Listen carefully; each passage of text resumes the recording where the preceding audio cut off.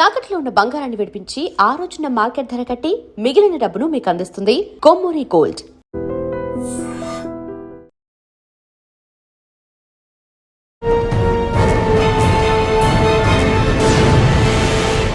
ఈ వారం మన గెస్ట్ 2012 బ్యాచ్ పోలీస్ ఆఫీసర్, పేరు సతీష్ రెడ్డి గారు, inspector of police cyber crime Hyderabad.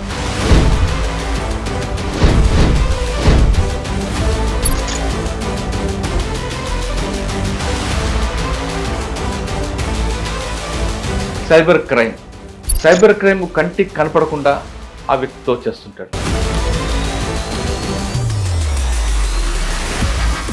Sir, ప్రస్తుతం హైదరాబాద్లో ఉన్న ట్రెండింగ్ క్రైమ్ సైబర్ క్రైమ్లో చూసుకుంటే మనకు ట్రేడింగ్, ఇన్వెస్ట్మెంట్ ఫ్రాడ్స్ అనేది జరుగుతున్నది. ఇవి ఎక్కువగా జరగడానికి కారణం ఏంటిది అంటే దీంట్లో తొందరగా సంపాదించుకోవచ్చు అనే విధంగా వీళ్ళకు పబ్లిక్ను వాళ్ళు ట్రాప్లో పడేస్తారు. సార్, 10,000 పెట్టారు అనుకోండి, ₹3 వడ్డీ అంటే ₹300. కానీ 3,000 ఇస్తారు, 30,000 ఇస్తారు అంటే ఎలా నమ్ముతారండి వీళ్ళు? అంటే వీళ్ళకి వచ్చేసి వీళ్ళు మోసపోతామని తెలుసు. ఏదో వాట్సాప్లలో, టెలిగ్రామ్లలో ముఖం తెలియని వ్యక్తి పంపించిన అప్లికేషన్స్ ఇన్స్టాల్ చేసుకోవడము, వాటిల్లో పెట్టుబడి పెట్టడము, ఇనిషియల్గా వచ్చిన ఒక 2,000, 5,000 లాభానికి వీళ్ళు ఆశపడి తర్వాత లక్షల కొద్ది పెడుతున్నారు. పెట్టడం వల్ల ఆ తర్వాత వాళ్ళు రెస్పాన్స్ ఇవ్వడం ఆపేస్తారు. ఫర్దర్గా విత్డ్రా చేసుకున్న ప్రతిసారి కూడా వాళ్ళకి వేరే విధమైన రకరకాల ఛార్జెస్ చెప్తూ ఉంటారు.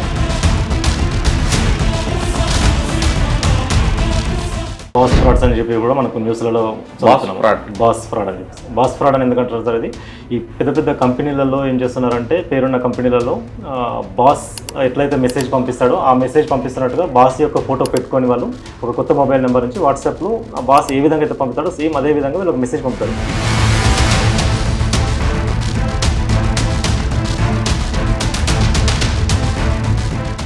సార్, మీరు వెళ్తారు అవుట్డోర్, సడన్గా వెళ్ళారనుకోండి ఒక దగ్గరికి, కింద ట్రై సైడ్ అని, వాడు కూడా తిరగబడతాడు కదా. సైబర్ క్రైమ్స్లో వచ్చేసి మరీ అంత హార్డ్ కోర్ క్రిమినల్స్ ఉండరు. వీళ్ళంతా కూడా మైండ్ తోటి చేసే వాళ్ళే ఉంటారు మెజారిటీ సైబర్ క్రైమ్స్లో. సో కాబట్టి వాడు తప్పించుకోవడానికి చూస్తాడు. మనకు ఛాన్స్ దొరికినా, ఏమాత్రం అనుమానం వచ్చినా, ఆ రోజు కొత్తగా ఏది జరిగినా వాడు స్కిప్ అయిపోతాడు. ఫోన్ స్విచ్ ఆఫ్ చేస్తాడు, స్కిప్ అయిపోతాడు. కానీ అటాక్ చేసేటివి అనేది చాలా రేర్ ఇన్స్టెన్సే ఉంటాయి. అటాక్ చేసే ఇన్స్టెన్సెస్ మన కేసులో ఎక్కడ వస్తాయంటే, ఆ క్రిమినల్కి భయం ఉంటుంది, వాడు తప్పు చేసిన కాబట్టి మనకు తెలుసు. కానీ వాడు యజ్ఞం చేస్తున్నప్పుడు వాడి మీద ఆధారపడిన వాళ్ళు ఉంటారు చాలామంది, మన ఫ్యామిలీ కానీ చుట్టుపక్కల వాళ్ళు కానీ. వాళ్ళు చాలా పెద్ద గొడవ చేస్తారు మనకు. వాడిని పట్టుకున్నప్పుడు మేము ఒకసారి, మా ఎక్స్పీరియన్స్ చెప్పాలంటే,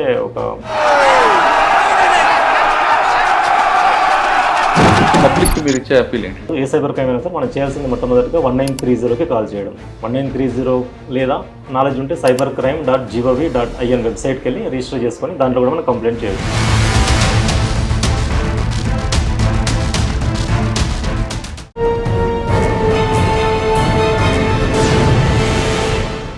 వెల్కమ్ టు క్రైమ్ డైరీస్. ఈ వారం మన గెస్ట్ 2012 బ్యాచ్ పోలీస్ ఆఫీసర్, పేరు సతీష్ రెడ్డి గారు, inspector of police cyber crime Hyderabad. Cyber crime కంటికి కనపడకుండా ఆ వ్యక్తితో చేస్తుంటాడు. గతంలో మనిషి ఎదురుగా ఉండేవాడు, కనీసం బెదిరించేవాడు. ఇప్పుడు ఏం జరగకుండా కేవలం ఇంటర్నెట్ సహాయంతో వాడు అందరికంటే దోచుకుంటున్నాడు. ఇది కేవలం మన అమాయకత్వం లేదా మన అత్యాస అనేది చాలామంది పోలీసులకు అనుమానం కనిపిస్తుంది. ఇంత పబ్లిసిటీ ఇస్తున్నా ఇంకా నేరాల సంఖ్య పెరుగుతుందంటే చాలామంది తెలియక కాదు, తెలిసే వలలో పడుతున్నారు అనేది పోలీసుల దర్యాప్తులు, వాళ్ళ విచారణలో బయటపడుతున్న అందరికీ ఆందోళన కలిగించిన విషయం. ఇప్పుడు హైదరాబాద్లో సైబర్ క్రైమ్కి ముఖ్యంగా హైదరాబాద్ సిపి సజ్జనార్ గారు ఎక్కువ ఫోకస్ పెట్టారు. ఆయన దీన్ని ఆక్టోపస్ అని తీసుకోవడం, మొదట ఆక్టోపస్ వింగ్ 1, 2, 3, 4 చేయించడంతో పాటు ఎడ్యుకేటివ్ ప్రోగ్రామ్ కూడా పెట్టారు. అంటే నేరాలు ఎలా జరుగుతుంటాయి, వాటి నుంచి మనం బయటపడాలంటే ఏం చేయాలనే విషయంపై సజ్జనార్ గారు ప్రత్యేక దృష్టి పెట్టడంతో హైదరాబాద్ వింగ్ అంతా కూడా దాని మీద ఎక్కువ ఫోకస్ పెట్టారు. సతీష్ రెడ్డి గారు చాలా కేసుల్లో హైదరాబాద్లో జరుగుతున్న ఎంఓ ఏముంది, వాటి నుంచి మనం బయటపడాలంటే ఏం చేయాలి, అసలు పడకుండా ఉండాలంటే ఏం చేయాలి విషయాన్ని సతీష్ రెడ్డి గారు మనకు చెప్తారు. సతీష్ రెడ్డి గారు నమస్తే. నమస్తే. సైబర్ క్రైమ్ అండి, గతంలో మీరు వచ్చినప్పటికీ వేరే క్రైమ్ ఉండేది, క్రమేపీ వైట్ కలర్, తర్వాత ఇప్పుడు సైబర్ క్రైమ్. ఇంతమందికి మీరు ఎన్ని రకాలుగా అవగాహన కల్పిస్తున్నారు, అన్ని మీడియాలు చేస్తున్నారు, ఇంకా అందులో పడుతుంటారంటే మీకే ఆశ్చర్యంగా ఉందేమో నాకు తెలియట్లేదు, కానీ మాకైతే ఆశ్చర్యంగా ఉంది. సరే, ప్రస్తుతం హైదరాబాద్లో ఉన్న ట్రెండింగ్ క్రైమ్ ఉంది సైబర్ క్రైమ్లో, దాన్ని మనం ఎలా కంట్రోల్ చేయాలి? ఇప్పటి వరకు మీరు కేసులు బుక్ చేసడం కాకుండా రికవరీ ఏం చేసి పెట్టారు? ఈ రెండు ప్రశ్నలకు సమాధానం చెప్పే ముందు, ఇటీవల మీరు ఆక్టోపస్ దీంట్లో 1, 2, 3లో ఉన్నట్టున్నారు మ్యూల్ అకౌంట్స్ దీంట్లో. మీ రోల్ ఏంటి? మీరు మీరు ఏ విధంగా అక్కడికి వెళ్ళి ఆ మ్యూల్ అకౌంట్ పట్టుకున్నప్పుడు మీకు వచ్చిన ఛాలెంజ్? సైబర్ క్రైమ్లో చూసుకుంటే మనకు రీసెంట్గా ఎక్కువ శాతం జరుగుతున్న సైబర్ క్రైమ్లో ఎక్కువగా మనకు ట్రేడింగ్, ఇన్వెస్ట్మెంట్ ఫ్రాడ్స్ అనేది జరుగుతున్నది. ఇవి ఎక్కువగా జరగడానికి కారణం ఏంటిది అంటే దీంట్లో తొందరగా సంపాదించుకోవచ్చు అనే విధంగా వీళ్ళకు పబ్లిక్ను వాళ్ళు ట్రాప్లో పడేస్తారు. మీరు పెడితే 200% వస్తుంది, 300% వస్తుంది అని చెప్పేసి వాళ్ళకి మనం మెసేజ్ పెట్టడం జరుగుతుంది. వీళ్ళు స్టార్టింగ్లో ఒక 10,000 అలా ఇన్వెస్ట్మెంట్ చేసినప్పుడు వాళ్ళకి ఆ ఇన్వెస్ట్మెంట్ రిటర్న్ కూడా చూపిస్తారు. 12,000 విత్డ్రా చేసుకోవడానికి అవకాశం ఇస్తారు, 15,000 విత్డ్రా చేసుకోవడానికి అవకాశం ఇస్తారు, పెట్టిన డబ్బులతో పాటు ప్రాఫిట్ కలిపి. వాళ్ళకు దాని మీద నమ్మకం పెరుగుతుంది. ఎవరైతే ఇన్వెస్ట్మెంట్ చేసుకుంటున్నారో, ఇన్వెస్ట్మెంట్ చేసి మోసపోతారో ప్రతి ఒక్కరిని కూడా మీరు చెప్పినట్టుగా మేము అడగడం జరిగింది. అడిగిన ప్రతి ఒక్కరు కూడా మేము తెలుసు సార్, మేము ప్రతి ఒక్క ఏదో ఒక సమయంలో మేము చూసాము, దీనికి సంబంధించిన అడ్వర్టైజ్మెంట్ కానీ చూసాము, లేకుంటే పేపర్లో చదివాము, అయినా కానీ ఆ టైంలో జరిగిపోయింది సార్ అలా అని చెప్తారు. వాళ్ళు మెయిన్గా మోసపోవడానికి కారణం ఏంటిది అంటే ఇన్వెస్ట్మెంట్ ఫ్రాడ్స్లో వాళ్ళు పెట్టిన కొద్ది మొత్తానికి, చిన్న మొత్తానికి స్టార్టింగ్లో వాళ్ళు ఇన్వెస్ట్మెంట్ రిటర్న్స్ ఇస్తారు మనకు. వాళ్ళు పెట్టిన 10,000కు ఒక 2,000 కలిపి 12,000, 15,000 ఇస్తారు. ఇవ్వడం వల్ల వాళ్ళు దాన్ని నిజమే అని చెప్పి నమ్ముతారు. నమ్మేసి ఫర్దర్గా వాళ్ళు లక్షలు కొద్ది ఇన్వెస్ట్మెంట్ చేపించారు. 10,000 పెట్టారు అనుకోండి, ₹3 వడ్డీ అంటే ₹300. కానీ 3,000 ఇస్తారు, 30,000 ఇస్తారు అంటే ఎలా నమ్ముతారండి వీళ్ళు? అంటే వీళ్ళకి అత్యాశ, వీళ్ళు మోసపోతామని తెలుసు. అవును సార్, మీరు అన్నట్టు ఇది అత్యాశ, ఖచ్చితంగా అత్యాశ, గ్రీడీనెస్ తోటే వాళ్ళు ఏం వెరిఫై చేసుకోకుండా వాళ్ళు ఇన్వెస్ట్మెంట్ ఉన్నది అంటే మనం ఆల్రెడీ అందరికీ కూడా తెలుసు, చదువుకున్న ప్రతి ఒక్కరికి కూడా తెలుసు. ఇన్వెస్ట్మెంట్ చేసే వాళ్ళందరూ కూడా చదువుకున్న వాళ్ళే. మనం ఇన్వెస్ట్మెంట్ చేయాలంటే దానికి సెబీ రెగ్యులేషన్స్ ఉండాలి, ఏ ప్లాట్ఫామ్స్లో చేయాలి, ఏవి ఆథరైజ్డ్, అవి ఎక్కడ చెక్ చేసుకోవాలి, ప్రతి ఒక్కరు కూడా బేసిక్ నాలెడ్జ్ ఉంది. కనుక లేకున్నా కానీ ఆన్లైన్లో ఈరోజు మనం సెర్చ్ చేసుకుంటే తెలిసిపోతుంది దీనికి ఆథరైజ్డ్ ప్లాట్ఫామా కాదా, దానికి సంబంధించిన ఇప్పుడు ట్రేడింగ్ ప్లాట్ఫామ్స్ అంటే మనం సెబీలో చెక్ చేసుకోవచ్చు. ప్లస్ మార్కెట్లో ఏవి ట్రెండింగ్ ఉన్న యాప్స్ అన్ని కూడా అందరికీ తెలుసు. వాటిలో పెట్టకుండా వీళ్ళు ఏదో వాట్సాప్లలో, టెలిగ్రామ్లలో ముఖం తెలియని వ్యక్తి పంపించిన అప్లికేషన్స్ ఇన్స్టాల్ చేసుకోవడము, వాటిల్లో పెట్టుబడి పెట్టడము, ఇనిషియల్గా వచ్చిన ఒక 2,000, 5,000 లాభానికి వీళ్ళు ఆశపడి తర్వాత లక్షల కొద్ది పెడుతున్నారు, 10 లక్షల కొద్ది పెడుతున్నారు, కొందరైతే ఇంకా కోట్లు కూడా పెడుతున్నారు. పెట్టడం వల్ల ఆ తర్వాత వాళ్ళు రెస్పాన్స్ ఇవ్వడం ఆపేస్తారు. ఫర్దర్గా విత్డ్రా చేసుకున్న ప్రతిసారి కూడా వాళ్ళకి వేరే విధమైన రకరకాల ఛార్జెస్ చెప్తూ ఉంటారు. విత్డ్రా చేసుకోవడానికి అవకాశం అనేది ఇవ్వరు, బ్లాక్ చేస్తారు. వీళ్ళు పెట్టడం కాకుండా వీళ్ళు బంధువులతో కూడా పెట్టిస్తున్నారు కదండి. అవును సార్, చాలా మంది వాళ్ళు పెట్టడం కాకుండా దగ్గర వాళ్ళు కూడా చెప్పి నాకు ఇది వచ్చాయని చెప్పేసి నమ్మకంగా చెప్తారు. దగ్గర వాళ్ళు చెప్పేసరికి చాలామంది నమ్ముతారు, అరే మనోడు కదా ఇతను వచ్చినాయని అంటున్నాడు కదా అని చెప్పేసి వాళ్ళు కూడా నమ్మి చాలామంది పెడుతున్నారు. కొద్దిమంది ఏమో పాపం వాళ్ళ దగ్గర ఉన్న డబ్బులు, సేవింగ్స్ ఉన్న డబ్బులను అయిపోయినాక అప్పులు చేస్తున్నారు, గోల్డ్ లోన్స్ తీసుకుంటున్నారు, పర్సనల్ లోన్స్ తీసుకుంటున్నారు, ఇవన్నీ తీసుకొని కూడా పెట్టడం జరుగుతుంది. దాంతోపాటు ఇట్లా పక్కన వాళ్ళకి చెప్పడం వల్ల వాళ్ళ ఫ్యామిలీస్, ఫ్రెండ్స్ కూడా పెట్టి చాలామంది మోసపోతున్నారు. సో మనం దీనికి సంబంధించి చాలా విధంగా అన్ని విధాల మన సహకారంతో, మీలాంటి వాళ్ళ సహకారంతో మీరు కూడా దీని మీద చాలా ప్రోగ్రామ్స్ చేస్తారు. సో మనం చాలామంది ఇలా ప్రోగ్రామ్స్ చేస్తూ అవేర్నెస్ చేస్తూనే ఉన్నాం. ప్రతి టీవీలో కూడా, ప్రతిరోజు కూడా, పేపర్లలో, న్యూస్లలో ప్రతిరోజు దీనికి సంబంధించిన ఐటమ్ అనేది ఒకటి వస్తుంది. మీరు అబ్జర్వ్ చేస్తే మా సిపి సార్ గారిది కూడా మ్యాక్సిమం డే ఆఫ్టర్ డే ప్రతిరోజు వస్తుంది. ఎడిటోరియల్ కాలమ్స్ కూడా వస్తున్నాయి. ఈ సైబర్ క్రైమ్స్లో మేము ఈ అకౌంట్ హోల్డర్స్ని వీళ్ళను కాకుండా, మ్యూల్స్ వాళ్ళని కాకుండా మొత్తం దీన్ని వ్యవస్థీకృతంగా దీన్ని మొత్తం నిర్మూలించాలన్న ఆర్గనైజ్డ్ క్రైమ్ కాబట్టి దీన్ని రూట్ లెవెల్లో దీన్ని ఎలా చేయాలని చెప్పేసి సిపి సార్ వచ్చినాక, మా సజ్జనర్ సార్ వచ్చినాక దీని మీద కొంచెం బాగా స్టడీ చేసి ఒక ఆక్టోపస్ అనే ఒక ప్రోగ్రామ్ డిజైన్ చేయడం జరిగింది. దానిలో భాగంగా 1, 2, 3 అని చెప్పి ఇప్పటికీ 3 ఫేజెస్ కంప్లీట్ చేశాము. ఆక్టోపస్ 1 భాగంగా మేము ఏం చేసామంటే సార్, అకౌంట్ హోల్డర్స్ని టార్గెట్ చేశాము. అసలు ఈ అమౌంట్ ఎక్కడికి వెళ్తుంది, ఏ అకౌంట్లోకి వెళ్తుంది అని చెప్పేసి వాటిని ఫస్ట్ మనం ఆర్గనైజ్ క్రైమ్ అనుకున్నాం కాబట్టి ఎన్ని లేయర్స్ ఉన్నాయండి? మీరు దొరికిన వాడి దగ్గర నుంచి 5 వరకు ఎన్ని లేయర్స్ ఉంటాయి దీంట్లో? అంటే సార్ ఇప్పుడు అకౌంట్ డబ్బులు కాల్ చేసేది ఒకరు ఉంటారు. ఫస్ట్ కాల్ చేసిన తర్వాత మళ్ళీ నార్మల్ స్టార్టింగ్లో కాల్స్ మాట్లాడేది ఒకరు ఉంటారు. వీళ్ళు ట్రాప్లో పడి ఇన్వెస్ట్మెంట్ చేస్తారో అన్నప్పుడు మాట్లాడే వాళ్ళు వేరే నెంబర్స్ ఉంటాయి. మళ్ళీ చిన్న గ్రూప్ అని చెప్పేసి, ప్రైవేట్ గ్రూప్ అని చెప్పేసి తక్కువ మెంబర్స్ తోటి ఉంటుంది. వేరే నెంబర్స్ తోటి మళ్ళీ ఆ వాట్సాప్ నెంబర్స్ తోటే ఉంటుంది మొత్తం కాంటాక్ట్ కూడా. ఈ ట్రేడింగ్లో వాట్సాప్ గ్రూప్లలో కాలింగ్ చేసినాక ఇన్వెస్ట్మెంట్ చేసేటప్పుడు డబ్బులు అనేది, అకౌంట్స్ అనేది ఒకరు ప్రొవైడ్ చేస్తారు వీళ్ళకు. అకౌంట్స్ ఆపరేటింగ్ ఇంకో దగ్గర నుంచి జరుగుతున్నది. తర్వాత క్యాష్ విత్డ్రాల్స్ ఇవన్నీ రకరకాలుగా జరుగుతుంది. అమౌంట్ క్రిప్టో ట్రేడింగ్ ఇవన్నీ కూడా జరుగుతున్నది. ఇవన్నీ జరిగిన తర్వాత ఫైనల్గా మనకు అకౌంట్ హోల్డర్స్ తప్ప మనకు దీంట్లో మన ఇండియాలో ఎవరు ఉంటారు, అకౌంట్ హోల్డర్స్ ఉంటున్నారు. ఇండియన్ సిమ్స్ యూజ్ చేస్తే ఇండియన్ సిమ్ హోల్డర్స్ మొత్తం చెప్తున్న 5 లేయర్స్ వస్తున్నాయి. 5 లేయర్స్ ఉంటాయి సార్. అంటే మెయిన్ కింద ఎక్కడ ఉంటాడు అంటే దీంట్లో ఏమంటుంది సార్, పేరుకి అకౌంట్స్ అనేది మనం ఒక భాగంగా చూస్తున్నాం. కానీ మేము చూసిన దాంట్లో ఇన్వెస్టిగేషన్ సైబర్ క్రైమ్లో ఒక అకౌంట్, ఒక 5 to 5 అకౌంట్స్ ఉన్నాయంటే ఒక కేసులో 5 అకౌంట్స్కి ఒక్కొక్క దానికి ఒక సంబంధం ఉంటుంది. ఒక్కొక్కటి ఒక స్టేట్లో ఉంటుంది, ఆర్గనైజ్డ్గా ఉంటుంది. ఒకటి అస్సాంలో ఉంటుండొచ్చు, ఒకటి ఢిల్లీలో ఉంటుంది, ఒకటి ఒడిశాలో, ఒకటి తమిళనాడులో, ఇట్లా కేరళలో డిఫరెంట్ స్టేట్స్లో ఉంటుంది. ఏ అకౌంట్కి అకౌంట్ సంబంధం ఉండదు. ఏ అకౌంట్ హోల్డర్స్కి కామన్ కాంటాక్ట్ ఉండదు. ఈ అకౌంట్ ఆపరేటర్స్కి నెక్స్ట్ సప్లయర్స్కి సంబంధం ఉండదు. ఇది ఒక వ్యవస్థీకృతంగా చాలా డిఫరెంట్. ఎగ్జాంపుల్గా ఒక కేసు పట్టుకున్నారు అనుకోండి, ₹1,00,000. ఈ ₹1,00,000 ఎన్ని లేయర్స్కి వెళ్తుంది? 5 లేయర్స్కి వెళ్తుంది. అది కేస్ టు కేస్ డిఫరెంట్ ఉంది సార్. అది 3 to కేస్ టు కేస్ అనుకోండి. 3 to 6 కింద నుంచి పై వరకు అది రేషియో ఎలా సెట్ అవుతుంది? కట్ చేసుకుంటారు వాళ్ళు. మనం ఇనిషియల్గా సార్ వాళ్ళు ఒక 5 lakhs ఒక అకౌంట్లో వేస్తాను అనుకోండి. అక్కడ నుంచి వాళ్ళు వచ్చేసి తర్వాత సెకండ్ లేయర్కి 5 lakhs డిస్ట్రిబ్యూట్ చేస్తారు. 1 lakh అలా. అంటే నేను చెప్పేది ఫర్ ఎగ్జాంపుల్ స్పెసిఫిక్గా ఇలా ఉండదు. 1 lakh డిస్ట్రిబ్యూట్ చేస్తారు. ఆ తర్వాత 1 lakhని ఒక 5,000 లెక్క 20 అకౌంట్స్కి డిస్ట్రిబ్యూట్ చేస్తారు. థర్డ్ లేయర్కి వచ్చేసరికి ఫస్ట్ లేయర్ 1 అకౌంట్ ఉంటే సెకండ్ లేయర్లో 5 accounts ఉంటే థర్డ్ లేయర్కి వచ్చేసరికి మనకు 100 accounts అయింది.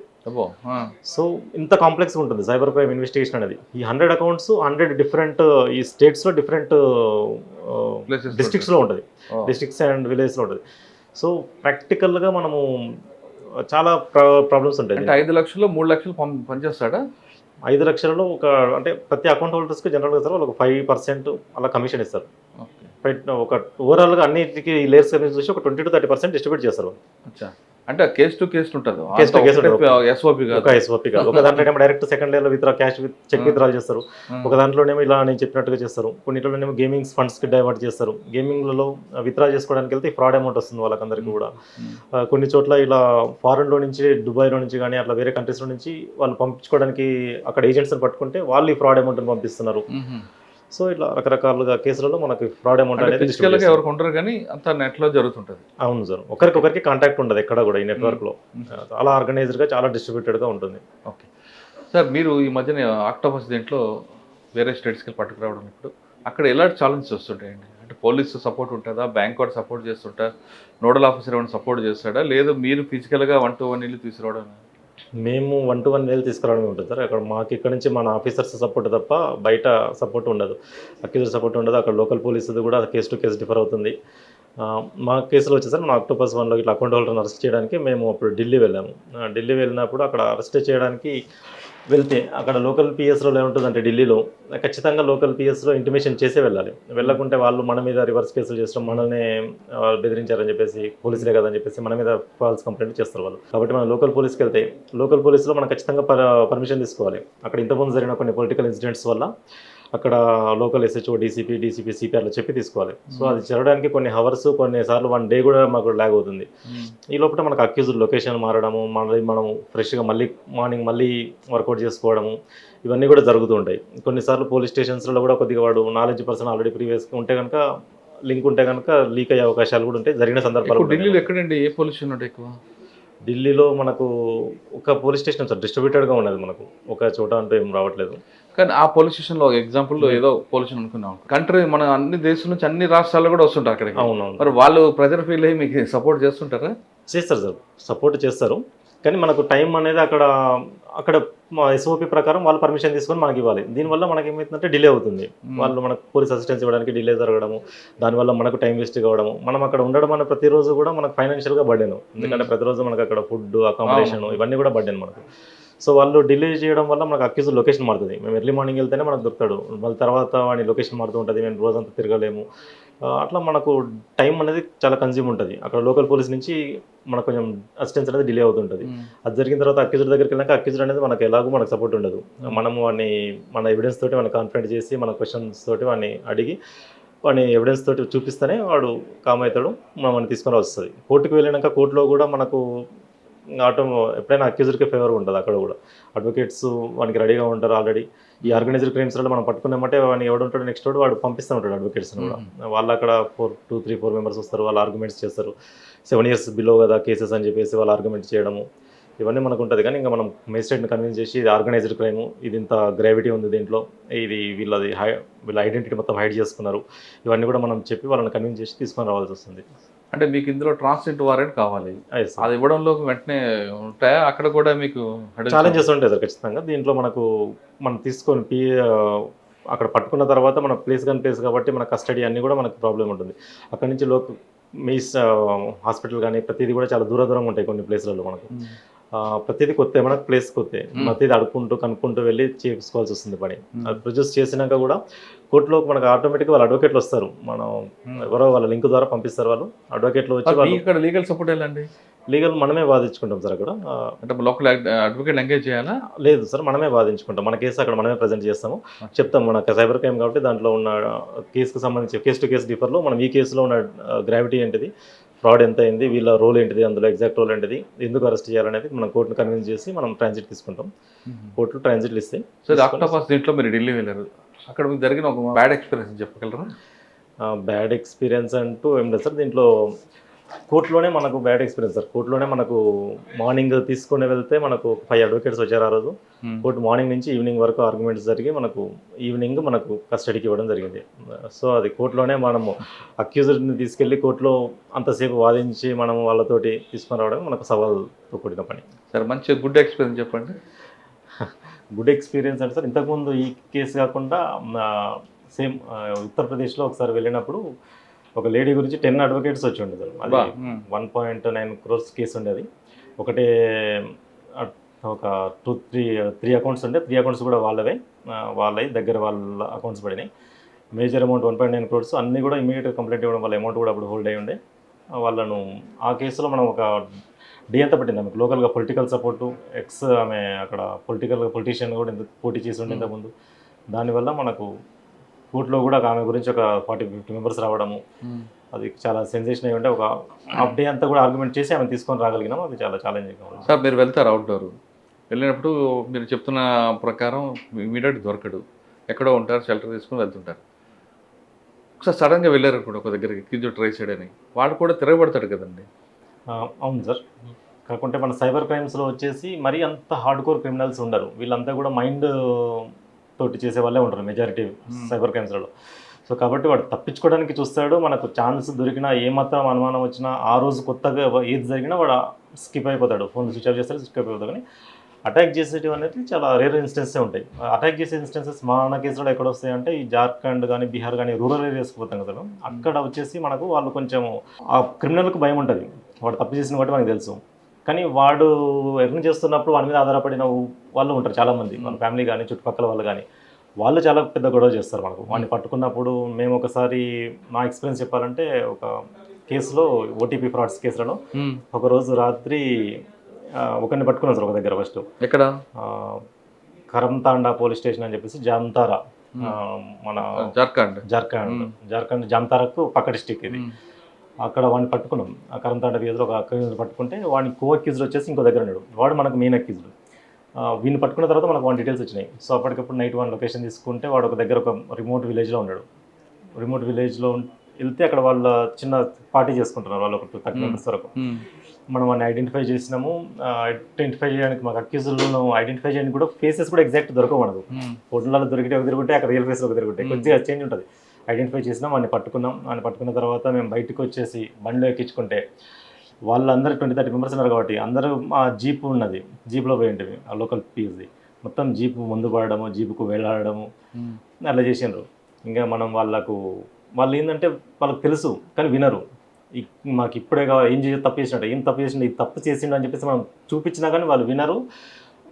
అండ్ ఏమంటారంటే జస్ట్ కావాలని చెప్పేసి ఆర్గ్యుమెంట్స్ స్టార్ట్ చేస్తారు వాళ్ళు. ఇంకా మనం కొంచెం కొంతమంది చెప్తాను, జామ్తారా, జార్ఖండ్, బీహార్ ఆడవాళ్ళే పోలీసుల ముందు బట్టలు ఇప్పడం, చిన్నపిల్లల్ని పోలీస్ బండి ముందు పడేయడం చేస్తుంటారు. మీకు అటువంటి అనుభవాలు ఎదురయ్యా? అదే సార్, ఈ కేసులో జరిగింది అది. వాళ్ళు మొత్తం వచ్చేసి జీప్ ముందు పడుకోవడము, జీప్కు మొత్తం పట్టుకొని వేలాడము, అది జరిగింది. మనం ఇంకా అతి కష్టం మీద వాళ్ళని ఇంకా 4-5 ఉండే మేము అందరం నెట్టేసుకుంటా, వాళ్ళకి ఫోన్ చేస్తే అప్పటికే పోలీసు వాళ్ళు ఇంకో వాళ్ళు వచ్చారు మాకు సపోర్ట్గా.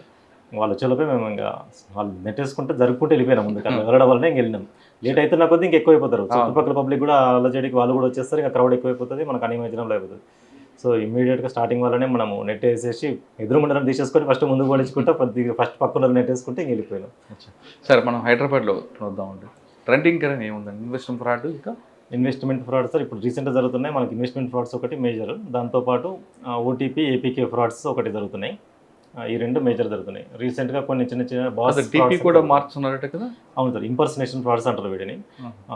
బాస్ ఫ్రాడ్స్ అని చెప్పి కూడా మనకు న్యూస్లలో బాస్ ఫ్రాడ్ అని చెప్పి. బాస్ ఫ్రాడ్ అని ఎందుకంటారు సార్, అది ఈ పెద్ద పెద్ద కంపెనీలలో ఏం చేస్తున్నారంటే, పేరున్న కంపెనీలలో బాస్ ఎట్లయితే మెసేజ్ పంపిస్తాడో ఆ మెసేజ్ పంపిస్తున్నట్టుగా బాస్ యొక్క ఫోటో పెట్టుకొని వాళ్ళు ఒక కొత్త మొబైల్ నెంబర్ నుంచి వాట్సాప్లో ఆ బాస్ ఏ విధంగా అయితే పంపుతాడో సేమ్ అదే విధంగా వీళ్ళు ఒక మెసేజ్ పంపుతారు. రెగ్యులర్గా ఎవరైతే దీన్ని అకౌంట్స్ ఆపరేట్ చేస్తారో వాళ్ళకి పంపిస్తారు అనమాట. పంపించడం వల్ల వీళ్ళు బాసే పంపించాడు కదా నిజమే అని చెప్పేసి రెగ్యులర్ ట్రాన్సాక్షన్స్ వాళ్ళకి జరుగుతూనే ఉంటాయి. జనరల్గా ప్రతిరోజు కూడా 10 lakhs లేదా crores ట్రాన్సాక్షన్ జరుగుతూనే ఉంటాయి. వాళ్ళ జస్ట్ ఆ ఫోటోని చూసేసి ఆ మెసేజ్ ఫార్మాట్ కరెక్టే ఉంది అని చెప్పేసి ట్రాన్స్ఫర్లు చేసేస్తున్నారు అక్యూజ్డ్ ఇచ్చిన అకౌంట్స్. కాబట్టి దీన్ని బాస్ ఫ్రాడ్స్ అంటున్నారు. దీంట్లో వాళ్ళు వాడేది ఏంటంటే కొత్త నెంబర్ ఉంటుంది, జస్ట్ ఫోటో మాత్రమే బాస్ది వాడతారు, ఇంపర్సనేట్ చేస్తారు వాళ్ళ బాస్ని, కాబట్టి మనం ఇంపర్సనేషన్ ఫ్రాడ్స్ అని చెప్పేవారు అంటాం వీటిని. ఓకే, అటువంటి తరహా కేసులు ఎన్ని వచ్చి ఉంటాయండి? మన దగ్గర ఒక 5-6 కేసెస్ ఉండొచ్చు సార్. ఇవి ఎంత పోయి ఉంటుంది? కేసులు అనేవి ఈ కేసులలో అమౌంట్స్ అనేవి ఎక్కువ పోతున్నాయి సార్. ఒక్కో కేసులో 70 lakhs, 30 lakhs, 1 crore, 30 lakhs అలా ఉన్నాయి సార్.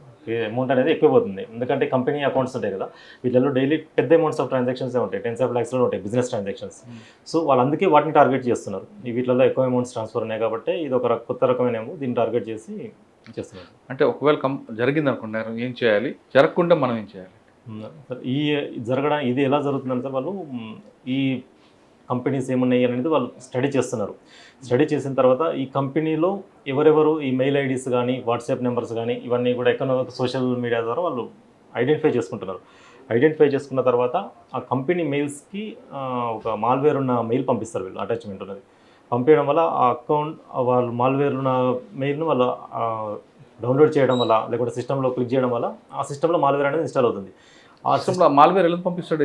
అంటే ఒక అటాచ్మెంట్ రూపంగా పంపిస్తారు, జిప్ఫైల్ కానీ లేకుంటే ఏదో ఒక అటాచ్మెంట్ కానీ. అంటే తెలుసుకోవడానికి మాల్వేర్ మనం ఎలా ఐడెంటిఫై చేయొచ్చు? ఎలా ఐడెంటిఫై చేయాలంటే సార్, కొత్త మెయిల్స్ అయ్యి కూడా మనం అటాచ్మెంట్ ఉండి కొత్త మెయిల్స్ ఏదైనా ఉన్నది అంటే అన్నోన్ మెయిల్స్ ఉన్నదంటే ఏది కూడా దాన్ని ఓపెన్ చేయకపోవడమే బెటర్. మన అఫీషియల్ మెయిల్కి అఫీషియల్ కాంటాక్ట్స్ మనకు రెగ్యులర్గా తెలిసిన వాళ్ళు పంపిస్తే తప్ప కొత్త మెయిల్ ఏది వచ్చినా కానీ అటాచ్మెంట్స్ కానీ క్లిక్ చేయదు. సింపుల్ మన ఫామ్లో ఓపెన్ చేయకుండా సరిపోతుంది. వీళ్ళు తెలియక ఏంటంటే కొత్తగా వచ్చిన వాటిని లేకుంటే ఏదో ఒక విధంగా కూడా RBI అని చెప్పేసి ఏదో ఒకటి పంపిస్తే మనం తెలియక క్లిక్ చేసినప్పుడు అది ఇన్స్టాల్ అవుతుంది. అది ఇన్స్టాల్ అయిపోయి ఏం చేస్తుందంటే ఆ సిస్టమ్తో పాటు ఆ నెట్వర్క్లో ఉన్న సిస్టమ్స్ కూడా స్ప్రెడ్ అవుతుంది మాల్వేర్ అని.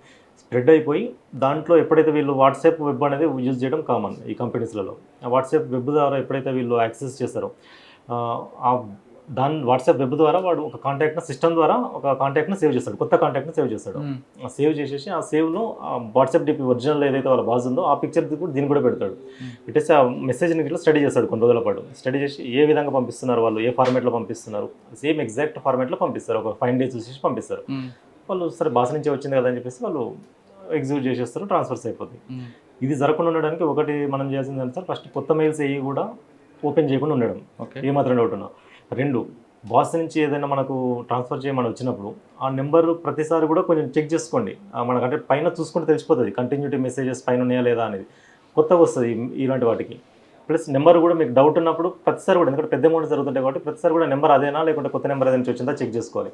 ఇంకా బెటర్ ఏంటంటే సార్, మనకు ఆ ఓనర్స్కి కాల్ చేయడం బెటర్. ప్రతిసారి కూడా ఒకసారి వాయిస్ కాల్, వాళ్ళ రెగ్యులర్ నెంబర్కి వాయిస్ కాల్ చేసి తర్వాతనే ట్రాన్స్ఫర్ చేయడం ఉత్తమైన మార్గం. ఇది చేయడం ద్వారా మనం దీన్ని ఓకే. ఒకవేళ అయిందనుకోండి వెంటనే ఏం చేయాలి? ఇలాంటి సైబర్ క్రైమ్స్ ఇది కాదు, ఏ సైబర్ క్రైమ్ అయినా సార్ మనం చేయాల్సింది మొట్టమొదటిగా 1930కి కాల్ చేయడం. 1930 లేదా నాలెడ్జ్ ఉంటే cybercrime.gov.in వెబ్సైట్కి వెళ్ళి రిజిస్టర్ చేసుకొని దాంట్లో కూడా మనం కంప్లైంట్ చేయొచ్చు. దాంట్లో మనకి ఎక్కడి నుంచి వచ్చిందో కాలేజు, ఆ కాల్ వచ్చింది, ఆ స్క్రీన్ షాట్స్, ప్లస్ మనకి ఏమన్నా ఏపీకే ఫైల్స్ అవి కూడా అప్లోడ్ చేయొచ్చు. ప్లస్ బ్యాంక్ ట్రాన్సాక్షన్స్, మన ఏ అకౌంట్లో నుంచి పోయిందో ఆ account number, date, time, amount ఇవన్నీ ఎంటర్ చేస్తే ఆటోమేటిక్గా ఏ అకౌంట్లో జరిగిందో అవన్నీ కూడా మనకు ఫ్రీజ్ అవుతూ ఉంటాయి అన్నమాట. మనకు ఎంత తొందరగా చేస్తే దీనికి గోల్డెన్ హవర్ అంటూ ఉండదు యాక్చువల్గా, ఎందుకంటే ఇదేం మనకు బాడీ లాంటిది కాదు, ఫిక్స్డ్ టైంలో ఇంత టైంలో ఖచ్చితంగా ఇంత లాస్ అవుతుంది అంటారు. ఇది గోల్డెన్ పీరియడ్ అనాలి అంతే, దీనికి గోల్డెన్ హవర్ అంటే అందుకు లేదు. సో ఎంత టైం తొందరగా ఇస్తే అంత మంచిది, ఎందుకంటే అక్యూజర్లు కూడా అంతే ఫాస్ట్గా ఉంటున్నారు కాబట్టి మినిట్స్లో జరిగిపోతున్నాయి ట్రాన్స్ఫర్స్. సో ఎంత ఎర్లీకి ఇస్తే అంత మంచిది. మనం ఏం చేస్తామంటే అకౌంట్స్ని ఫర్దర్ లేయర్ ఆఫ్ అకౌంట్స్ కూడా ట్రాన్స్ఫర్ చేసి ఎక్కడైతే అకౌంట్ ఫ్రీజ్ అవుతుందో మనం దాన్ని ఇప్పుడు ఇవ్వడం రిటర్న్ చేయడానికి కూడా కొత్తగా మన సెంట్రల్ గవర్నమెంట్ కూడా మినిస్టర్ ఆఫ్ హోమ్ అఫేర్స్ ద్వారా I4C వాళ్ళు గ్రీవెన్స్ రిట్రెసల్ మాడ్యూల్ అని చెప్పి కూడా కొత్తగా ఒకటి ఓపెన్ చేయడం జరిగింది. దాని ద్వారా రీఫండ్ కూడా మనం ఇప్పించడానికి ఫ్రీజ్ అవుతుంది. ఫ్రీజ్ కాకపోతే మనం అక్యూజ్ని ఐడెంటిఫై చేసి ఫండ్స్ ఎలా ఫ్లో జరిగింది అవన్నీ కూడా అనాలిసిస్ చేసి వాళ్ళని అరెస్ట్ చేయడం జరుగుతుంది. ఫ్రీజ్ అయినా ఫ్రీజ్ కాకుండా ఒకవేళ మీరు అక్యూజ్ని అరెస్ట్ చేశారనుకోండి, ఆ అకౌంట్లో డబ్బులు కొంత ఉన్నాయి కానీ ఇదే అక్యూజ్డ్ ఆల్రెడీ వేరే స్టేట్లో కూడా చేశాడు అనుకోండి, ఆ అమౌంట్ మరి ఎవరికి వెళ్తుంది? మన స్టేట్కి వస్తుందా, వేరే స్టేట్కి వెళ్తుందా? అదే సార్, ఇది అంటే ఇంతకుముందు వరకు ఇప్పుడు ఇన్ని రోజులు వచ్చేసి ఎలా ఉండేది అంటే కోర్ట్ ఆర్డర్ ఎవరైతే ఫస్ట్ తీసుకుంటే వాళ్ళకే ఉండేది. మనం కంప్లైంట్ అందుకే ఫాస్ట్ రెస్పాన్స్ అనేది ఎవరికైనా ఫస్ట్ ఇన్ ఫస్ట్ అవుట్ లెక్క ఉండేది. ఇంతకుముందు ఫస్ట్ కంప్లైంట్ ఇచ్చి కోర్టు ద్వారా ఫస్ట్ ఆర్డర్ తీసుకుంటే వాళ్ళకే వచ్చేసేది. రీసెంట్గా ఇప్పుడు జరుగుతున్న కొన్ని చేంజెస్ వల్ల ఏం చేస్తున్నారంటే ఏ కంప్లైంట్లా హోల్డ్ అయితే వాళ్ళకే ఇస్తున్నారు, లేదా డిస్ట్రిబ్యూట్ చేద్దామని చెప్పేసి ఇప్పుడు కొత్తగా చెప్తున్నారు, డిస్ట్రిబ్యూట్ చేస్తున్నారు. ఎన్ని కంప్లైంట్స్ అన్ని కంప్లైంట్స్ కూడా వాళ్ళ లాస్ట్ అమౌంట్ రేషియో ప్రకారం డిస్ట్రిబ్యూట్ చేద్దామని చెప్పి చెప్తున్నారు. కానీ దానివల్ల కంప్లైంట్ అందరికీ న్యాయం జరగదు కదా? అందరికీ న్యాయం జరగదు సార్, అది హోల్డ్ ఎంత ఉందో దాన్ని మనం డిస్ట్రిబ్యూట్ చేస్తాం. ఓకే. కానీ ఆ ఎక్యూజ్డ్ వేరే వాళ్ళు ఎవరికో రెంట్‌కో కరెంట్ బిల్లు కట్టాడు అనుకోండి ఆ వచ్చిన అమౌంట్‌లో. అది ఎలా మరప్పుడు? అక్యూజ్డ్ ఒకవేళ అలా కడితే చిన్న అమౌంట్స్ ఉంటాయి కదా, ఒకవేళ కడితే ఇంకా అలాంటి వాటిని మనము రికవర్ చేయలేము. ఎందుకంటే స్పెంట్ అమౌంట్ మనం రికవర్ చేయలేము. కాబట్టి అక్యూజ్డ్ ఎవరైనా ఐడెంటిఫై చేసి వాళ్ళని చేస్తాము. వాళ్ళు ఫర్దర్గా భవిష్యత్తులో వాళ్ళు లోక్ అదాలత్ టైంలో ఇట్లా వాళ్ళు అమౌంట్ రిటర్న్ ఇచ్చి వాళ్ళు కాంప్రమైజ్ చేసుకుంటే వాళ్ళ ఇష్టం. ఇంకేమన్నా ఫ్రాడ్? Matrimony fraud. ఇవి కాకుండా మనకు మ్యాట్రిమోనియల్ ఫ్రాడ్స్ కూడా ఒకటి ఉంటాయి సార్. ఏమో మ్యాట్రిమోనియల్ ఫ్రాడ్స్లో వచ్చేసి ఇప్పుడు మ్యాట్రిమోనియల్లో కూడా ఇన్వెస్ట్మెంట్లో కూడా మ్యాట్రిమోనియల్లో చేస్తున్నారు. అంటే అవునా? మ్యాట్రిమోనియల్ ఫ్రాడ్స్లలో ఇన్వెస్ట్మెంట్ ఫ్రాడ్స్లో జనరల్గా చెప్తే వినట్లే, అదే అవేర్నెస్ పెరుగుతున్న కొద్దీ అక్యూజులు పెంచుకుంటున్న రకరకాల మార్గాలు ఇవన్నీ. మనం ఈ ఇన్వెస్ట్మెంట్ ఇట్లా చేయకండి, ఎవరు ముఖ్యం తెలియని వ్యక్తులు చెప్తే ఇన్వెస్ట్మెంట్ చేయకండి అని చెప్పి మనం చెప్తున్నప్పుడు ఇవి అక్యూజులు ఏం చేస్తున్నారంటే మ్యాట్రిమోనియల్ ప్రొఫైల్స్లలో కూడా అక్యూజులు వాళ్ళ ప్రొఫైల్స్ క్రియేట్ చేస్తున్నారు. క్రియేట్ చేసి ఎవరైనా వచ్చినప్పుడు అమ్మాయిలు మంచి అందమైన అమ్మాయిల ఫోటోలు పెట్టుకొని రిజిస్టర్ అవుతున్నారు. ఎవరైనా అబ్బాయిలు వెళ్ళినప్పుడు కొన్ని రోజుల పాటు చార్జ్ చేస్తున్నారు. మేము అక్కడ యూకేలో చేస్తున్నాం, డాక్టర్గా వేరే కంట్రీలో చేస్తున్నాం, జర్మనీలో ఉంటున్నాం అని చెప్పేసి చార్జ్ చేసుకుంటూ కొన్ని రోజుల తర్వాత నేను ఇందులో ఇన్వెస్ట్మెంట్ చేస్తాను, నాకు చాలా లాభం వచ్చింది, నేను ఇందులో చేయి అని చెప్పేసి వీళ్ళను అందులో పెట్టిస్తున్నారు అమౌంట్స్. అంటే అక్కడ అమ్మాయిలు ఉంటారా, అబ్బాయిలు ఉంటారు అక్కడ? అబ్బాయిలే ఉంటారు. అబ్బాయిలు లేదా అమ్మాయిలు ఎవరైనా ఉంటారు. అమ్మాయిలు కూడా ఉన్నారు. మనం చూసిన అరెస్ట్ చేసిన అక్కడ అరెస్ట్ చేసిన చూస్తున్నప్పుడు అమ్మాయిలు కూడా ఉంటున్నారు. అబ్బాయిలు ఉంటే వీడియో కాల్ కూడా చేస్తున్నారు. అమ్మాయిలే ఉంటున్నారు. వీడియో కాల్ కూడా చేపిస్తున్నారు అమ్మాయిలతోటి. అయినా కానీ వాళ్ళంతా కంప్లీట్గా జస్ట్ ఫర్ ద ఈ ఫ్రాడ్స్ గురించి వాళ్ళు ఉన్నది. సో వీళ్ళు అక్కడి నుంచి అంటే వీళ్ళు నిజమని నమ్మేసి అమ్మాయి చెప్తుంది కదా అని చెప్పేసి సరే పెళ్లి కూడా చేసుకుంటామని ఒక ఆశతోటి వాళ్ళు చెప్పినంత అమౌంట్ ఇన్వెస్ట్మెంట్ చేసుకుంటూ వాళ్ళు చెప్పిన వెబ్సైట్లలో వీళ్ళు తెలుసు ఆల్రెడీ వీళ్ళకి ఎక్కడ ఇన్వెస్ట్మెంట్ చేయాలో తెలుసు. అయినా కానీ వాళ్ళు ఆ టైంలో చెప్పిన ఫేక్ వెబ్సైట్లలో ఇన్వెస్ట్మెంట్లు చేసి వీళ్ళు కూడా నష్టపోతున్నారు. అటువంటి కేసులు ఎన్ని వచ్చేటప్పుడు ఎంత పోయి ఉంటుందండి? అలాంటి కేసులు మనకు ఉంటాయి సార్. ఒక 5 ఎగ్జాక్ట్ ఫిగర్ తెలియదు మనకు. అమౌంట్ ఎంత పోయింది? మాట్లాడే అమౌంట్ 10 lakhs 20 lakhs అలా పోతుంది. కొంతమంది ₹1,00,00,000 కూడా పెట్టారంటున్నారు. అది ఉన్నాయి సార్ మన దగ్గర. సార్ ఇంకే తరహాలు ఉంటాయి? ఇంకా మన రీసెంట్ కేసులు వచ్చేసి ఏపీకే ఫ్రాడ్స్ ఒకటి ఉన్నాయి సార్. ఇంకా మన సైబర్ క్రైమ్స్లో ఇన్వెస్ట్మెంట్ తర్వాత ఎక్కువ శాతం జరిగేది ఏపీకే ఫ్రాడ్స్. ఏపీకే ఫ్రాడ్స్లో ఏం జరుగుతుందంటే మనకు కంప్లైంట్కి ఒక తెలియని ఒక కొత్త నెంబర్ నుంచి కానీ లేకుంటే SBI అని కానీ అలాంటి దగ్గర నుంచి ఒక ఏపీకే ఫైల్ వస్తుంది. ఆ ఫైల్ వచ్చినప్పుడు తెలియక మన వాళ్ళు కొద్దిమంది నాలెడ్జ్ లేని వాళ్ళు ఏం చేస్తారంటే ఆ ఏపీకే ఫైల్ ఏందని చెప్పి ఇన్స్టాల్మెంట్ చేసుకుంటారు.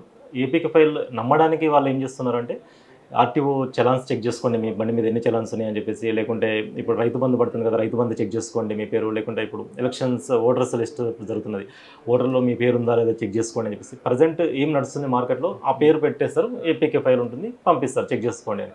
వీళ్ళు ఇది నిజమేనేమో అని చెప్పేసి ఇన్స్టాల్ చేసుకుంటారు అండ్ అప్లికేషన్. ఎప్పుడైతే ఇన్స్టాల్ చేసుకుంటారో వాళ్ళ ఫోన్ అనేది కాంప్రమైజ్ అవుతుంది. వాళ్ళ ఫోన్ కాంప్రమైజ్ అయిపోయి వాట్సాప్ నుంచి వాళ్ళ కాంటాక్ట్స్ అందరికి కూడా ఫార్వర్డ్ అవుతుంది మెసేజ్. సేమ్ ఏపీకే ఫైల్ అందరికి కూడా వెళ్తుంది. వాళ్ళు కొద్దిమంది దాంట్లో నమ్మిన వాళ్ళ ఫ్రెండ్స్ అరే మన ఫ్రెండే పంపించినదని చెప్పేసి వాళ్ళు మళ్ళీ నొక్కడం వాళ్ళ ఫోను. ఇది ఒక చైన్ లెక్క జరుగుతూ ఉంటుంది అనమాట. సో ఎవరు కూడా ఏపీకే ఫైల్స్ అనేటివి వస్తే ఎప్పుడు కూడా ఇన్స్టాల్ చేయొద్దు, ఓపెన్ చేయొద్దు. ఇన్స్టాల్ చేయొద్దన్నారు. నా ఫ్రెండ్ అని వచ్చింది అనుకున్నప్పుడు ఏం చేయమంటారు? మన ఫ్రెండ్ అని వచ్చినా కానీ మనం దాన్ని డిలీట్ చేయాలి, మన ఫ్రెండ్కి కాల్ చేయాలి. నీ ఫోన్ నుంచి ఇలా వచ్చింది, నువ్వు చూసావా, నువ్వు చేసావా అని చెప్పేసి మనం ఒకసారి మనం కన్ఫర్మ్ చేసుకోవాలి. జరిగింది అంటే నీకు తెలియదు అంటే మాత్రం ఇమీడియట్గా తన ఫోన్ ఫార్మేట్ చేసుకోమని చెప్పాలి. నెక్స్ట్ బ్యాంక్కి వెళ్ళి అకౌంట్స్ అన్నింటినీ కూడా యూపీఐని బ్లాక్ చేసుకోమని చెప్పాలి. ఆ ఇన్స్టాల్ అయిన క్రమంలో ఏం చేస్తారంటే వాళ్ళు మన ఫోన్లో ఉన్న యూపీఐ యాప్స్వి వాళ్ళు కంట్రోల్ తీసుకుంటారు. మెసేజెస్ యాప్స్ అన్ని కూడా మన మెసేజెస్ అన్ని కూడా ఆటోమేటిక్గా ఫార్వర్డ్ అవుతుంటాయి అనమాట ఈ యాప్స్ ద్వారా. వాళ్ళు ఏం చేస్తారు, ఏ కాంటాక్ట్ నుంచి అయితే వస్తుందో ఆ నెంబర్ తోటి వాళ్ళు ఒక కొత్త యూపీఐ యాప్ రిజిస్టర్ చేసుకుంటారు. రిజిస్టర్ చేసుకొని ఓటీపీస్ అన్ని వాళ్ళకే వెళ్తుంటాయి కాబట్టి రిజిస్ట్రేషన్ అయిపోతుంది. తర్వాత ట్రాన్సాక్షన్స్ కూడా చేసుకుంటారు. ఇది జరగాలి అంటే మినిమం 24 hours తర్వాతనే జరుగుతుంది. ఎందుకంటే 24 hours వరకు 5,000 ఉంటుంది. సో మనం చూసుకోకుంటేనే జరుగుతుంది. మనం చూసుకొని ఇమీడియట్గా రెస్పాండ్ అయితే మనకు 5,000 లోపే పోతుంది 24 hours. కాబట్టి మనకు అలాంటి ఏపీకే ఫైల్ వస్తే ఖచ్చితంగా మనది దాంట్లో నుంచి డిలీట్ చేయాలి. మనకు తెలిసిన ఫ్రెండ్ నుంచి వస్తే ఖచ్చితంగా వాళ్ళకు కూడా ఒకసారి కాల్ చేసి ఇన్ఫార్మ్ చేసి వాళ్ళని కూడా అప్రమత్తం చేస్తే బాగుంటుంది. సార్ పబ్లిక్లో అవగాహన తీసుకొస్తారు కానీ అటువంటి క్రైమ్ ఫుల్ స్టాప్ పెట్టడానికి ఏం లేదండి ఇంకా మార్గం? ఫుల్ స్టాప్ అంటే సార్ అది మన చేతిలో లేదు. అది మనం చేస్తున్నాం అంటే మనం ప్రయత్నం మనం చేస్తాం ఇప్పుడు ఏదైతే ఉన్నదో. ఎందుకంటే ఇప్పుడు అంతా ఆన్లైన్ కాబట్టి ఏది ఏపీకే ఫైల్ ఏది ఫ్రాడ్ తెలుసుకుంటే టైం మన తరపు నుంచి ఏం చేస్తున్నాం సార్. ఇప్పుడు ఇన్వెస్ట్మెంట్ ఫ్రాడ్లో వచ్చేసి ఎక్కువ శాతం మనకు రీసెంట్గా ఈ నిర్మలా సీతారామన్ గారి పేరు మీద, లేకుంటే సచిన్ పేరు మీద, లేకుంటే ఇట్లా సుధామూర్తి గారి పేరు మీద వాళ్ళ పేరు మీద వీడియోస్ వచ్చినాయి. AI generated videos Elon Musk video పేరు మీద కూడా వచ్చినాయి. ఇట్లా మీరు ఇన్వెస్ట్మెంట్ చేయండి, దీంట్లో ఇన్వెస్ట్మెంట్ చేయండి, మీకు ఇంత వస్తుంది ఇన్వెస్ట్మెంట్, లాభాలు వస్తాయి, ఈ 1 hourలో 1 lakh పెడితే మీకు 2 lakhs వస్తాయి అని చెప్పేసి రకరకాల ఏ జనరేటెడ్ వీడియోస్ తయారు చేస్తున్నారు. అవి ఫేస్బుక్లో చేసినప్పుడు మనం ఏం చేస్తున్నామంటే మనం ఫేస్బుక్ రాస్తున్నాం మన తరపు నుంచి ఇంకా ఫేస్బుక్ రాసి ఆ వీడియోస్ని డిలీట్ చేపిస్తున్నాం. ప్లస్ ఫేస్బుక్ను కూడా ఇప్పుడున్న రూల్స్ ప్రకారం వాళ్ళు వితిన్ 3 అవర్స్లో డిలీట్ చేస్తున్నారు రెస్పాండ్. మనం కంప్లైంట్ ఇచ్చినప్పుడు చేస్తున్నారు. మనం అలాంటివి జరగకుండా ఉండడానికి కూడా వాళ్ళు కూడా కొన్ని జాగ్రత్తలు తీసుకుంటున్నారు. వాళ్ళు కూడా మ్యాక్సిమం డిలీట్ చేస్తున్నారు, అప్లోడ్ చేయకుండానే. అలాంటివి ఏమన్నా అంటే ఇలాంటివి ఉన్నాయని చెప్పి మనం ఇన్ఫార్మ్ చేస్తే దాని తగ్గట్టు వాళ్ళు కోడ్ రాసుకొని మళ్ళీ డిలీట్ చేస్తున్నారు రాకుండా. సో మనం పబ్లిక్ మన తరపు నుంచి మనం కొద్దిగా అవగాహన కలిగి ఉంటే సరిపోతుంది. సార్ ఇది కూడా ఆర్గనైజ్డ్ క్రైమేనా?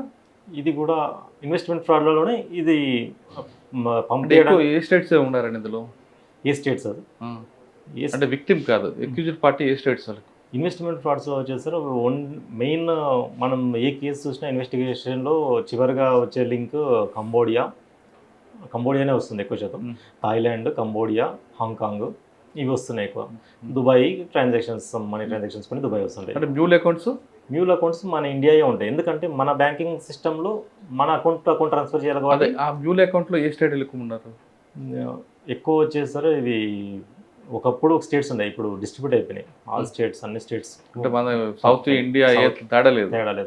ఒకప్పుడు వచ్చేసి బీహారు, యూపీ, ఢిల్లీ ఇట్లా ఎక్కువ ఉండేది. ఇప్పుడు హర్యానా ఉండేది ఎక్కువ. ఇప్పుడు అలా లేదు. కేరళ కూడా ఉండే ఎక్కువ. ఇప్పుడు అలా లేదు, డిస్ట్రిబ్యూట్ అయిపోయింది. ఆల్ స్టేట్స్ అంటే వాళ్ళకి ఈజీగా అకౌంట్, చాలామంది చిరుద్యోగులు మామూలు వాళ్ళు ఉన్నారు కదా, వాళ్ళని ఈజీ టార్గెట్ చేసేసి 5,000 10,000 ఇస్తామంటే వాళ్ళు అకౌంట్స్ ఓపెన్ చేస్తున్నారు. స్టూడెంట్స్ తెలియక చాలామంది. ఓకే సార్, ఫైనల్గా చెప్పండి, పబ్లిక్కి మీరు ఇచ్చే అప్పీల్ ఏంటంటే?